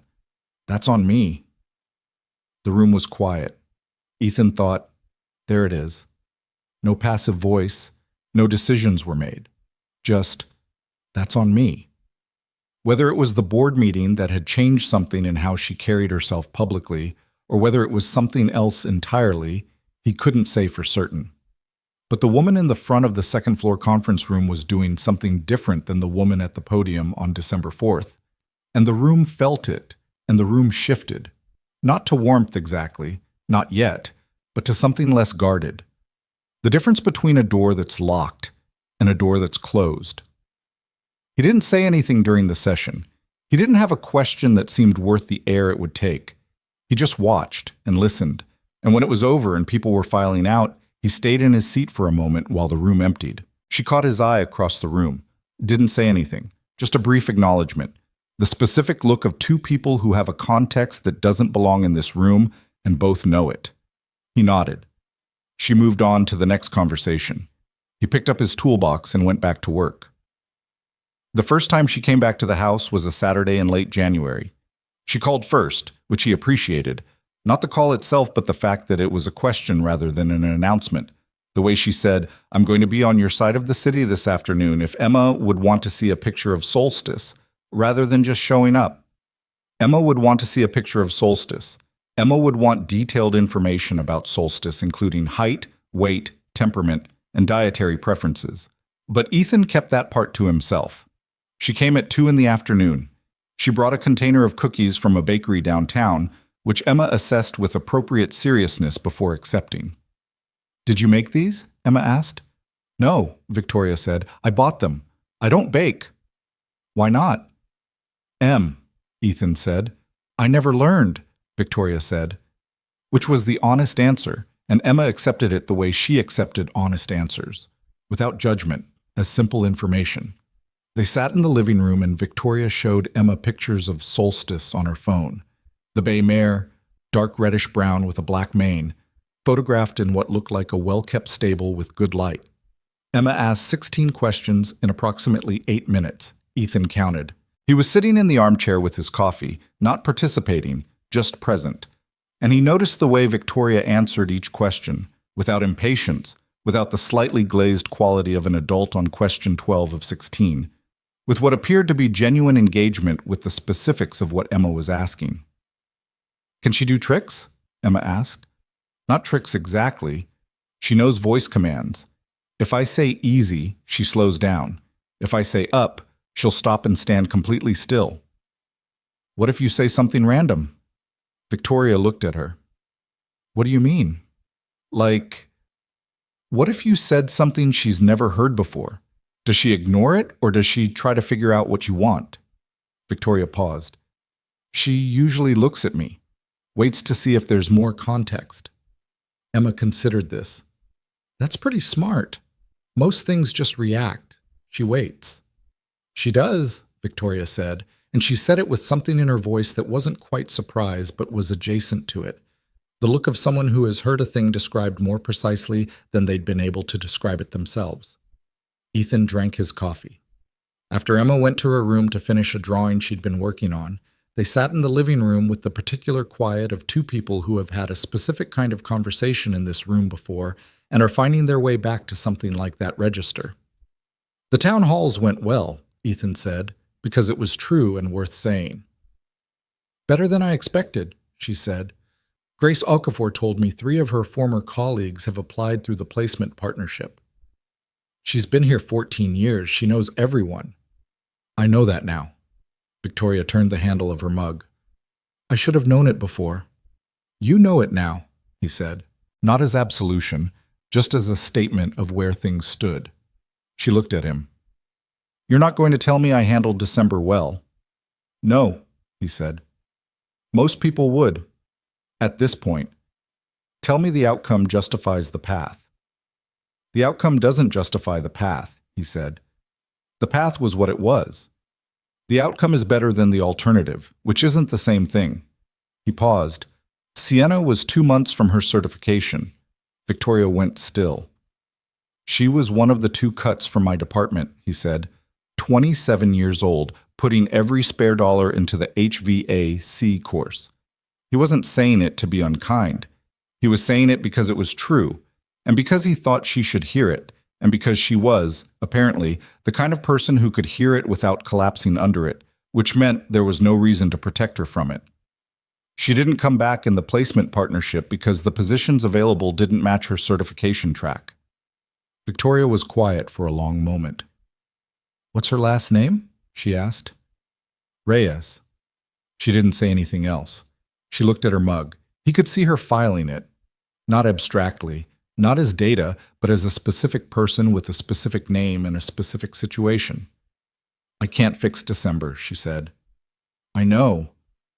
But I can find out where she is in the certification and whether there's a way back in.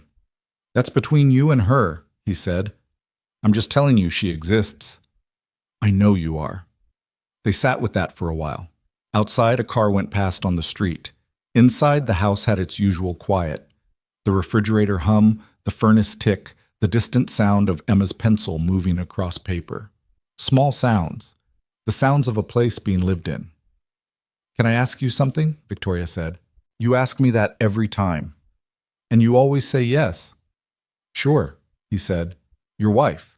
She said it carefully, not tiptoeing, just deliberate. How long before you could not move on, that's not the right phrase, before you could carry it instead of it carrying you? He was quiet. I'm sorry if that's... No, he said. It's a fair question. He thought about how to answer it honestly. It wasn't a line. It was more like the weight changed. It was the same weight, but I got stronger, I guess. And there was a point where I noticed I was holding it instead of being held down by it. I couldn't tell you exactly when that happened. Did it help, having Emma?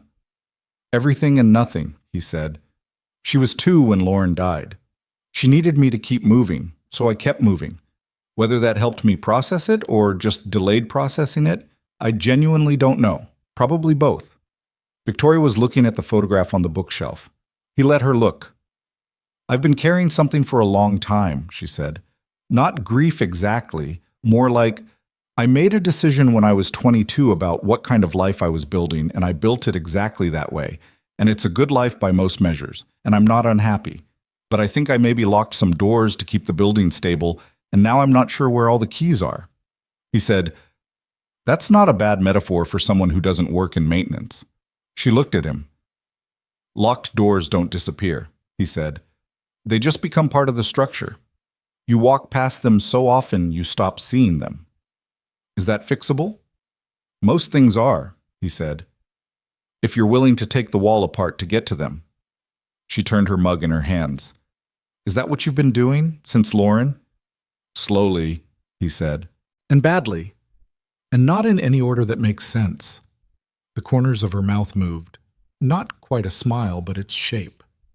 That's the most human thing I've heard you say. I have my moments.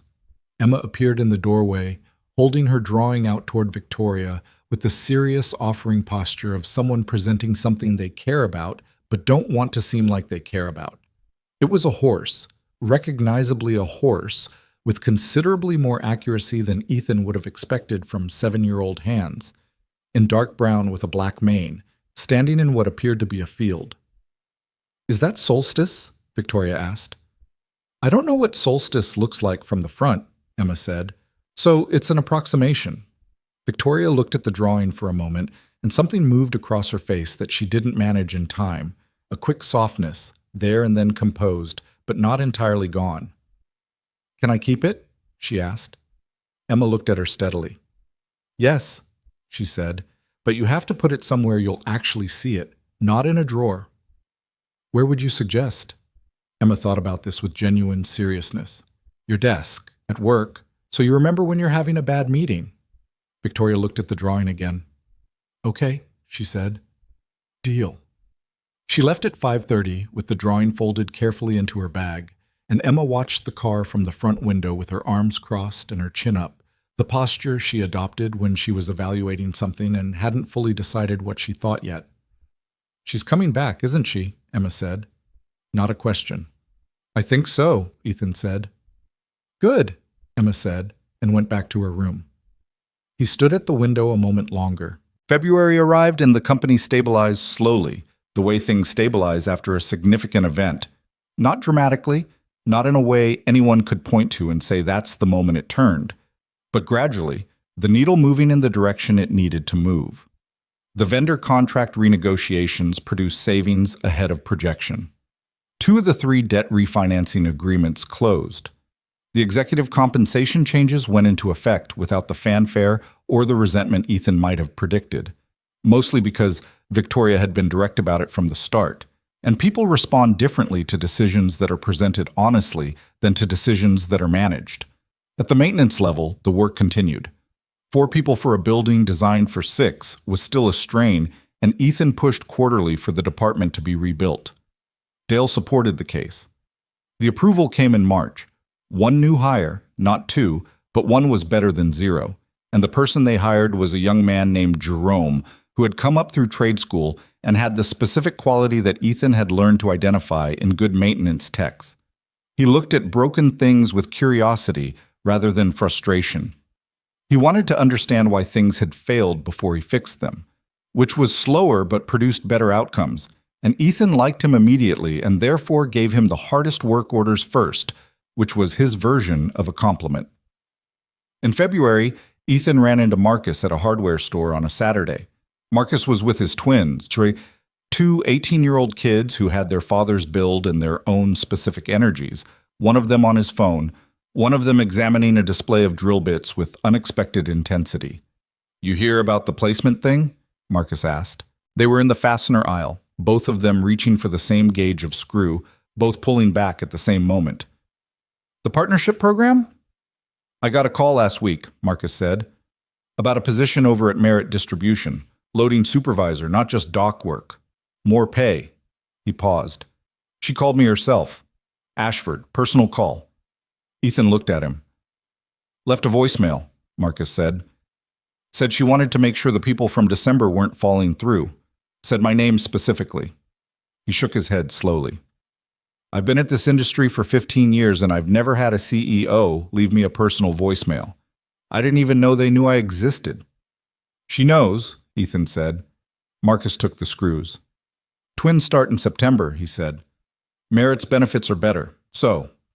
He shrugged in the way of a person who is trying not to let on how relieved they are. It works out.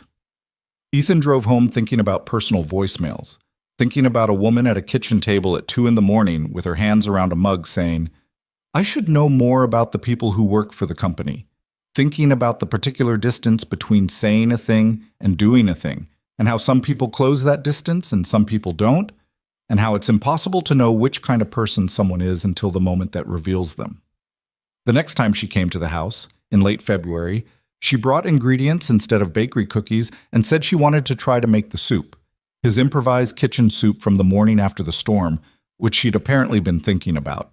He watched her in his kitchen with her sleeves pushed up, attempting to follow his approximate verbal directions, and the result was a soup that was noticeably different from his in ways he struggled to articulate. Thinner, differently seasoned, not bad, but not quite the thing she was going for. And she assessed it honestly and said, "What's wrong with it?" "Nothing's wrong with it." "But it's not the same." "You followed a verbal description of something I make by feel," he said. "The surprise would have been if it were identical." "Tell me what I did wrong." "More garlic," he said. "And you took it off the heat too early. The tomatoes need another 10 minutes to break down or the whole thing tastes separate instead of together." She looked at the pot. "More garlic and 10 more minutes." "And you used the wrong sausage, but that's a supermarket issue, not a technique issue." She looked at him. "There's a wrong sausage?" "The sweet Italian, not the hot," he said. "It matters." She absorbed this with the focused attention she brought to things she was learning. "I'll remember that." "You don't have to." "I want to," she said, simply.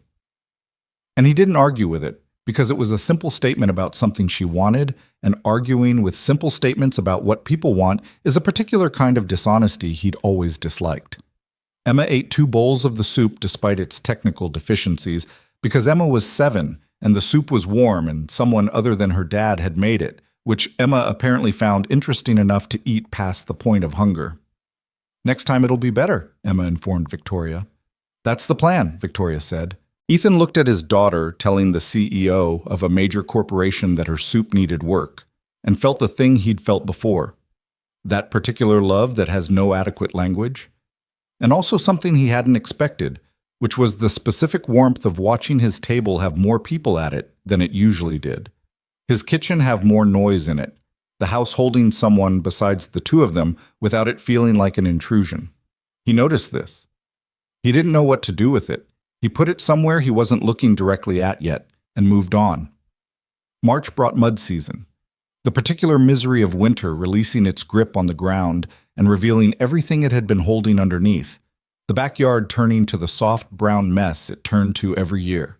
The swing set sinking slightly on its legs, the porch needing the boards checked for heave. Ethan handled these things with the methodical patience he brought to everything structural. He was replacing 2 porch boards on a Saturday afternoon when his phone rang and he answered it without looking, assuming Dale. It was Victoria. "I need to tell you something," she said, "and I want to say it before I talk myself out of saying it." He set down the board. "Okay. I went to see Sienna Reyes last week." He hadn't expected that. "How'd you find her?" HR file had her last address. She's working at a restaurant while she finishes the certification course. She has 3 months left. A pause. "I asked if she'd be willing to come back when it's done. Full position, the level she'd have been at if December hadn't happened. She said she'd think about it." Ethan was quiet. "She was angry," Victoria said, "which was fair. She didn't hide it, and I didn't ask her to." "Good," he said. "I told her what I told Marcus, that I couldn't undo it, that I'd moved as fast as I could on what I could control and not fast enough on other parts. She asked me why I'd come myself instead of sending HR, and I said because I owed her the actual conversation, not the managed version of it." "What did she say?" "She said she'd think about it." A slight pause. "And then she said, and this is the part I wanted to tell you, she said, 'At least you showed up.'" He sat on the porch step, board beside him, tools on the ground. The backyard mud was catching the afternoon light in a way that made it look almost decent. "At least you showed up," he repeated. "I've been thinking about it since," Victoria said. "It seems like a low bar." "It's not, though," he said. "That's the thing. Most people don't. Show up, I mean. For the hard ones. Most people send the managed version and call it done." She was quiet for a moment. "You showed up on a highway at 2 in the morning," she said. In a blizzard, for someone you barely knew. That was a different thing. Was it? He didn't have an immediate answer for that. He turned it over. The showing up on the highway was practical. She'd needed help. He could help. That was the whole equation. What she was describing was different. Choosing to walk into a room with someone who had every right to be angry, without the protection of an intermediary, without the managed distance of a professional process, and accepting whatever came. Maybe not, he said. I'm learning things, she said, and her voice had that quality he'd heard at the kitchen table, that very early morning in December. Not the controlled surface, but what it rested on. About what I've been doing wrong and what I want to do differently. I'm not entirely sure how to do any of it, but I know what direction I'm going. That's usually how it works, he said. Is it always this uncomfortable? Yes, he said, pretty much without exception. A breath, almost a laugh, but not quite. That's not reassuring. You didn't ask for reassurance, he said. No, she agreed. I asked for honesty, which is a different thing, and you've consistently delivered it. It's not a virtue, he said. I'm just impatient with the other thing. Still, she said. He looked at the backyard, at the swing set sinking in the mud, at the March light on the wet ground, at the particular unremarkable beauty of a yard that wasn't impressive and didn't need to be. You should come to Emma's science fair, he said. It came out before he'd entirely decided to say it, which was unusual for him. He was not a person who led with things before deciding to say them. He stayed with it rather than taking it back. A pause on the line. When is it? Third Saturday in April, he said. She's doing something about load-bearing capacity with different materials. She has been building small structural models in the kitchen for 3 weeks, and I have accidentally stepped on 4 of them in the dark. The almost laugh again, closer this time. What time? 10 in the morning. I'll be there, she said. He nodded, though she couldn't see it. Good. After he hung up, he sat on the porch step for a while longer without picking the board back up. He was looking at the yard and thinking about doors and keys and the walls you build to keep structures stable and what it costs to take them apart. He was thinking about Emma asking if they were safe and him saying yes, and the ways in which that was true, and the ways in which it was more complicated than yes. He was thinking about Lauren's photograph on the bookshelf, which he still looked at and which still cost him something to look at, and about the fact that something costing you something, and that thing also being right, were not mutually exclusive, that they could exist at the same time, in the same room, like 2 people sitting at a table learning how to be in each other's company. He wasn't ready to call what was happening by any particular name. He suspected that was okay. Not everything needed a name before it was allowed to exist. He picked up the board. He measured it. He cut it clean and set it in place and drove the screws and tested the give, and it held, and he moved to the next one. The porch was better by 5 o'clock. Not new, not perfect, still old wood, still a buzzing light when the temperature dropped, but solid and good for another few years, and that was what you were working toward.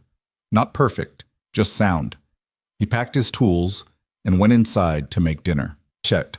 Emma's science fair project was called Why Bridges Don't Fall Down, most of the time, which the science teacher had approved with the specific expression of an educator who appreciates both accuracy and the parenthetical. She had been working on it since February, quietly, systematically, in the way she approached everything she cared about.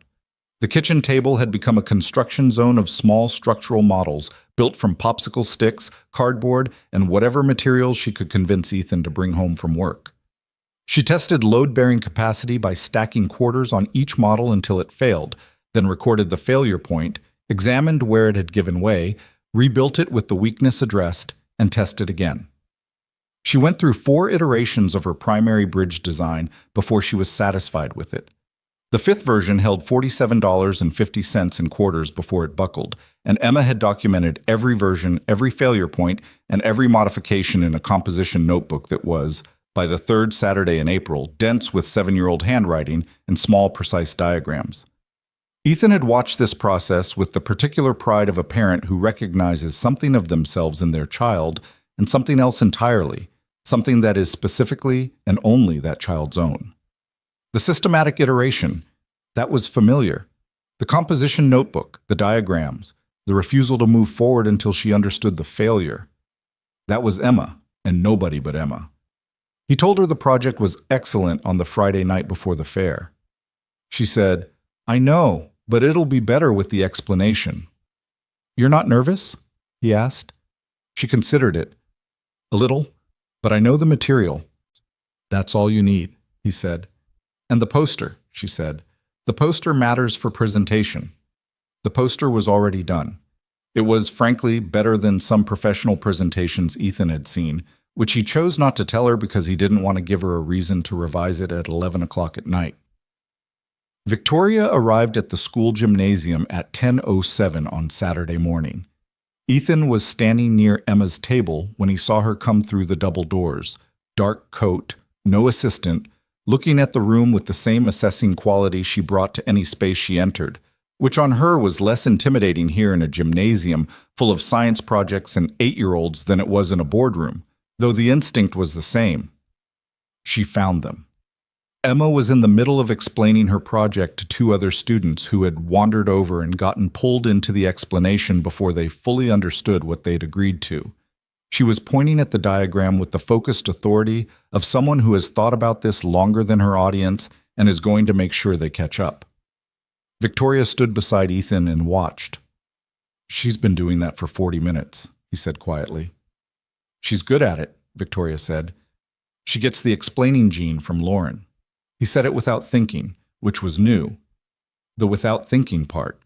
There had been a time when bringing Lauren into a sentence took effort, a deliberate reaching back, and something in the getting there that cost him. This had happened naturally, the way you mention someone whose presence is woven into the ordinary texture of things. He noticed this after he'd said it, and the noticing was quiet, not alarming. Victoria didn't say anything for a moment. Then, "What did Lauren do?" "Middle school science teacher," he said, "before Emma was born. She loved it in the way that people love things they're built for. Not because it was easy, but because hard felt right. Emma has that." "Yeah," he said, "she does." Emma finished with the 2 students, both of whom left with the slightly dazed expression of people who have received more information than they anticipated, and turned and saw Victoria and did the small recalibration that was Emma's version of surprise. A half-second pause, a settling, then completely normal. "You came," Emma said. "I said I would," Victoria said. "People say things," Emma said, with the philosophical acceptance of someone who has encountered the gap between saying and doing often enough to note it as a feature of the world rather than a personal offense. "True," Victoria said. "Do you want to explain the project to me?" Emma looked at her. "Do you actually want to understand it, or do you want the short version?" "I want to understand it." Emma's expression settled into the focused openness she reserved for people who had given the correct answer. "Okay, start here." She pointed to the first panel of the poster. "This is the load distribution problem, which is why most bridges fail when they do fail, which is usually not dramatically. It's usually a slow degradation that wasn't caught early enough." Victoria leaned in and read the panel. "That sounds familiar," she said, very quietly, and glanced at Ethan, and he understood that she was talking about more than bridges. Emma explained the whole project. It took 18 minutes. Victoria asked 4 questions, all of them specific, none of them polite filler, and Emma answered each one with the satisfaction of a person whose work is being engaged with seriously. A judge came by during the explanation and stood to the side listening, and when Emma finished, the judge said the most technically thorough explanation she'd heard all morning and asked if Emma had thought about structural engineering as a career path. Emma said, "I'm 7. I'm keeping my options open." The judge laughed. Ethan pressed his lips together. Victoria looked at the middle distance with an expression that was definitely not a smile, technically. Emma won second place in her age group. She was briefly unhappy about the second, in the honest and uncomplicated way of someone who'd aimed for first and knew it, and then she was matter-of-fact about it, in the honest and uncomplicated way of someone who can assess the first-place project and acknowledge that the kid who did the optical illusion demonstration had also done impressive work. "It was very visual," Emma said, of the first-place project. "People like visual." "Yours was more rigorous," Victoria said. "I know," Emma said. But rigorous doesn't always win. I know that. She paused. I'm fine. She was fine.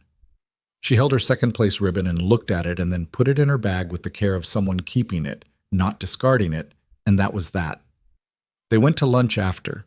The three of them, which had happened enough times now that it didn't have the quality of an occasion, just of a Saturday.